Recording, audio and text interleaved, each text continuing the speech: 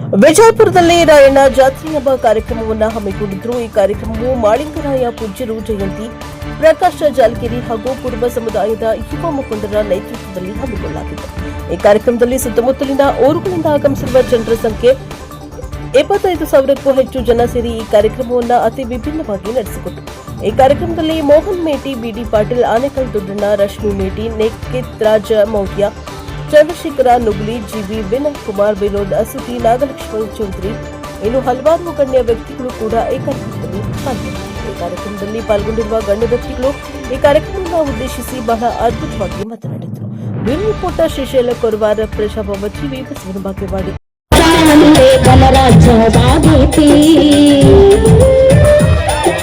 ಹುಟ್ಟಿದಾಗ ವೈಭವ ನೋಡೋ ಸತ್ತಾಗ ವೈಭವ, ಕನ್ನಡಾಂಬೆಯ ಕಣ್ಮನಿಯವಳು ಭಾರತ ಮಾತೆಯ ಮಗುವ, ಸಂಗಳಿ ಊರಗ ಹುಟ್ಟಿ ಕಿತ್ತಿರ ಕೀರ್ತಿ ಬೆಳೆದಿದವನು, ನಂದಗಡ ಭೂಮಿಯಾಗ ನಾಡಿನ ಸಲುವಾಗಿ ಗಲ್ಲಿಗೇರಿದವನು, ಕನ್ನಡ ಮಡಿಲಾಗ ತಾಯಿಯ ಒಡಲಾಗ ಹುಟ್ಟಿ ಬಾರಯ್ಯ ಪುಣ್ಯದ ನೆಲದಾಗ, ಕನ್ನಡ ಮಡಿಲಾಗ ಮುಖಾಂತರ ವೇದಿಕೆಗೆ ಬರ್ಮಾಡ್ಕೊಳ್ತಾ ಇದ್ದಾರೆ.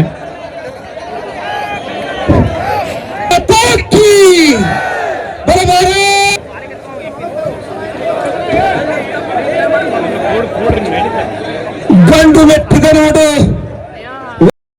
ಕ್ರಾಂತಿವೀರ ಸಂಗೊಳ್ಳಿ ರಾಯಣ್ಣನವರಿಗೆ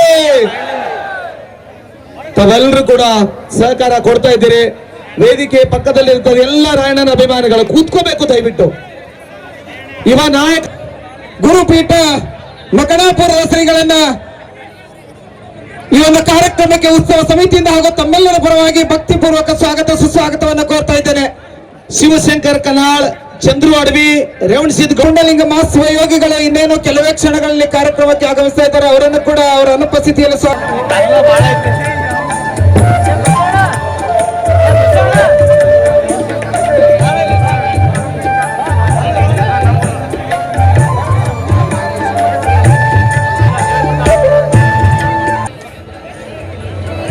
ಮತ್ತೆ ಪರಂಪರೆಯಲ್ಲಿ ಮಾಳಿಂಗರಾಯನ ನಂತರ ಅವರ ವಂಶಸ್ಥರು ಯಾರಾದ್ರೂ ಇದ್ರೆ ಅದು ನಿಮಗೆ ಅನಂತ ಕೋಟಿ ಧನ್ಯವಾದಗಳನ್ನು ನಾವು ಅರ್ಪಿಸ್ತಾ ಇದ್ದೇವೆ.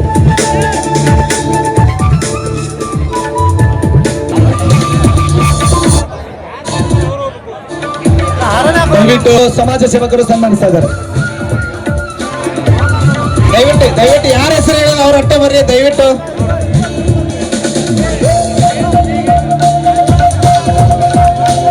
ಮುಗಿಸ್ರಿ. ಅದರೊಟ್ಟಿಗೆ ಈ ಕಾರ್ಯಕ್ರಮದ ಕೇಂದ್ರ ಬಿಂದುಗಳು ಹಾಗೂ ಕೇಂದ್ರೀಯ ಭಾಷಣ ಮಾಡತಕ್ಕ ಸ್ವಾಗತವನ್ನು ಕೋರ್ತಾ ಇದ್ದೇನೆ. ಮಹಾಂತೇಶ್ ಬೇವೂರ್,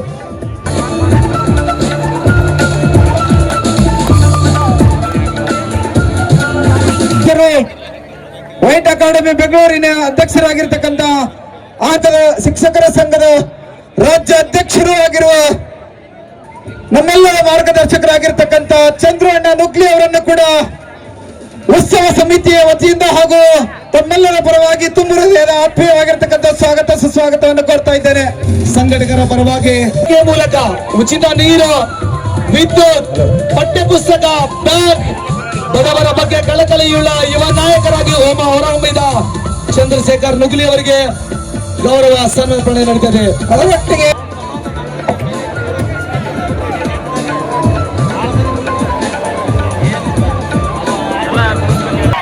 ಅಂತ ನಾಯಕರನ್ನ ಇಡೀ ವಿಜಯಪುರ ಜಿಲ್ಲೆ ಇವತ್ತು ರಾಯಣ್ಣ ಉತ್ಸವ ಸಮಿತಿಯಿಂದ ತುಂಬ ಸ್ವಾಗತ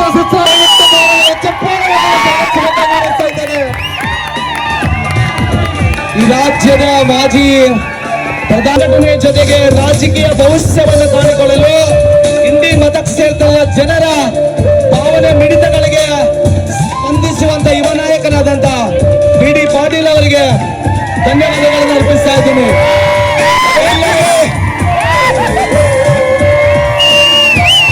ನಮ್ಮ ಅಭಿಮಾನಕ್ಕೆ ಮುಖಾಂತರ ಉಚಿತವಾಗಿ ಬಡ ಮಕ್ಕಳಿಗೆ ಶಿಕ್ಷಣವನ್ನು ನೀಡುವುದರ ಮುಖಾಂತರ ಕ್ರಾಂತಿಯನ್ನು ಮಾಡಿರುವ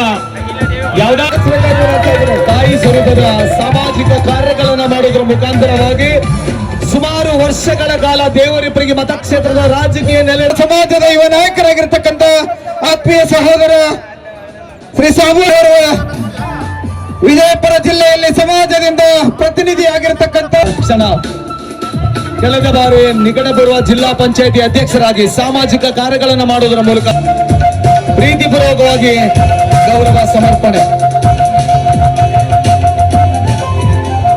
ಹಾಗಾಗಿ ಇಂದು ಹಮ್ಮಿಕೊಂಡ ಕಾರ್ಯಕ್ರಮದ ತಮ್ಮ ಮುಂದೊಂದು ದಿನ ರಾಯಣ್ಣನ ಜಯಂತಿಯನ್ನ ಇಡೀ ವೇದಿಕೆ ಮೇಲಿರ್ತಕ್ಕಂಥ ಎಲ್ಲ ಗೌರವಾನ್ವಿತ ಅತಿಥಿ ಮಹೋದಯರು ಈ ಕಾರ್ಯಕ್ರಮವನ್ನು ಉದ್ಘಾಟಿಸಿ ಪೂಜ್ಯರ ಸಾನ್ನಿಧ್ಯ ಜೊತೆಗೆ ಮಹಿಳಾ ಆಯೋಗದ ಅಧ್ಯಕ್ಷರಾದಂತಹ ಡಾಕ್ಟರ್ ಲಕ್ಷ್ಮೀ ಚೌಧರಿ ಅವರ ಅಮೃತ ಹಸ್ತದಿಂದ ಉದ್ಘಾಟನೆಗೊಳ್ತಾ ಇದೆ. ಕ್ರಾಂತಿವೀರ ಸಂಗೊಳ್ಳಿ ರಾಯಣ್ಣಗೆ, ಕ್ರಾಂತಿವೀರ ಸಂಗೊಳ್ಳಿ ರಾಯಣ್ಣನವರಿಗೆ ಪ್ರೀತಿಪೂರ್ವಕವಾಗಿ ಪೂಜ್ಯ ಸ್ವಾಮೀಜಿಗಳ ನೇತೃತ್ವದಲ್ಲಿ ಗೌರವಾನ್ವಿತ ಉದ್ಘಾಟಕರ ನೇತೃತ್ವದಲ್ಲಿ ರಾಯಣ್ಣನ ಮೂರ್ತಿಗೆ ದಯವಿಟ್ಟು ಬಿರುಗಲಿಗಳ ಬೀಡಿನ ಗಂಡದೆಯ ಗಂಡುಗಲೆ ಕ್ರಾಂತಿವೀರ ಸಂಗೊಳ್ಳಿ ರಾಯಣ್ಣ ಸೂರ್ಯಚಂದ್ರವಾಗಿರುವ ಬೆಂಗಳೂರು ಮಗಳಾದ್ರೂ ಕಲ್ಯಾಣ ಕರ್ನಾಟಕದ ಸೊಸೆ, ಕಲಬುರಗಿ ಸೊಸೆ. ನೋಡಿ, ನಾವು ಅಲ್ಲಿದ್ರು ನಮ್ಮ ಆನೇಕಲ್ ಶಿವಣ್ಣ, ನಮ್ಮ ಆನೇಕಲ್ ಶಿವಣ್ಣ ಅಲ್ರಿ ದೊಡ್ಡ ಇರಿ ಅಂದ್ರೆ ನಾವು ಆ ಭಾಗದವ್ರಿದ್ರು ಈ ಭಾಗದವ್ರಿದ್ರು ನಾವೆಲ್ಲ ಮಕ್ಕಳು ಒಂದೇ ತಾಯಿ ಮಕ್ಕಳು ಅಂತ ಹೇಳಿ ನೀವು ನಮ್ಮನ್ನ ಈ ವೇದಿಕೆಗೆ ಸೇರಿಸಿ ಇತಿಹಾಸವನ್ನ ಸೃಷ್ಟಿ ಮಾಡಿದ್ದಾರೆ.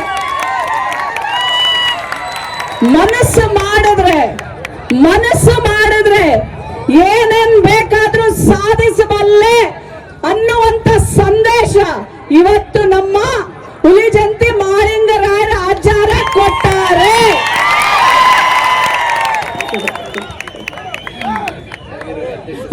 ಪ್ರಕಾಶ್ ಜಾಲಗಿರಿ ಅವರಂತೂ ಅಕ್ಕ ಅಕ್ಕ ಅಕ್ಕ ನೀವು ಬರ್ಬೇಕು ಅಕ್ಕ ಅನ್ನೋದು ಒಂದು ಬಿಟ್ರೆ ಅವನ ಎದೆಯಲ್ಲಿ ನಾನು ನಿಜಾನ ಸಂಗೊಳ್ಳಿ ರಾಯಣ್ಣ ನೋಡ್ತೀನಿ ಕಣ. ನೀನು ಎದೆಯಲ್ಲಿ ನನಗೆಲ್ಲ ಮುಖ್ಯಂದರಿಗೂ ನಮಸ್ಕಾರ ಮಾಡ್ತಾ ಎಲ್ಲಾ ನಂತರದಲ್ಲಿ ನಾವು 4 ಜನಕ್ಕೆ ವೇದಿಕೆ ಕೊಟ್ಟಿದ್ದೀರಪ್ಪ, ಮೈಕ್ ಕೊಟ್ಟಿದ್ದೀರಪ್ಪ, ಮಹಿಳಾ ಆಯೋಗದ ಅಧ್ಯಕ್ಷನ ಕರೆಸಿ ಗೌರವಿಸಿದಿರಪ್ಪ. ಯಾವಾಗ ಒಂದು ಸಮಾಜ ಮುಂದೆ ಬರುತ್ತೆ ಅಂತಂದ್ರೆ ವೇದಿಕೆಯಲ್ಲಿ ಅರ್ಧದಷ್ಟು ಮಹಿಳೆಯರು ಇರಬೇಕು, ಸಮಾಜದ ಮಹಿಳೆಯರು. ಅವಾಗ್ಲೇ ಮಾತ್ರ ಸಮಾಜ ಮುಂದುವರಿಯಕ್ಕೆ ಸಾಧ್ಯ. ಡಾಕ್ಟರ್ BR ಅಂಬೇಡ್ಕರ್ ಒಂದು ಮಾತು ಹೇಳ್ತಾರೆ, ಯಾವ ಸಮಾಜವನ್ನ ನೀವು ಕೇಳಿಸ್ಕೊಳ್ರು, ಯಾವ ಸಮಾಜವನ್ನ ನೀವು ನಮ್ ಸಮಾಜ ಬಹಳ ಬೆಳೆದೈತೆ ಅಂತ ಹೇಳ್ತೀರಲ್ರಿ, ನಿಮ್ ಸಮಾಜ ಬೆಳೆದಿದೆ ಅಂತ ನಿಮ್ಮನ್ನ ನೀವು ಲೆಕ್ಕ ಹಾಕಬೇಕಾದ್ರೆ ಆ ಸಮಾಜದ ಹೆಣ್ಣು ಮಗಳ ಸ್ಥಿತಿಗತಿಗಳನ್ನ ಅರಿಬೇಕು. ಅವಾಗ ಮಾತ್ರ ಆ ಸಮಾಜ ಬೆಳೆದಿದೆ ಅಂತ ಹೇಳಕ್ಕೆ ಸಾಧ್ಯ. ಹೌದಾ ಇಲ್ಲ? ನನ್ ಜೋಡಿ ನೀವೆಲ್ಲರೂ ನೋಡಿ, ನಮ್ ತಂಗಿ ಮೊದಲು ಹಾಡು ಹೇಳಿದ್ಲಂತೆ. ಯಾವ ಹಾಡು ಹಾಡಿದ್ಲು ಅಲ್ರು? ಹಣೆ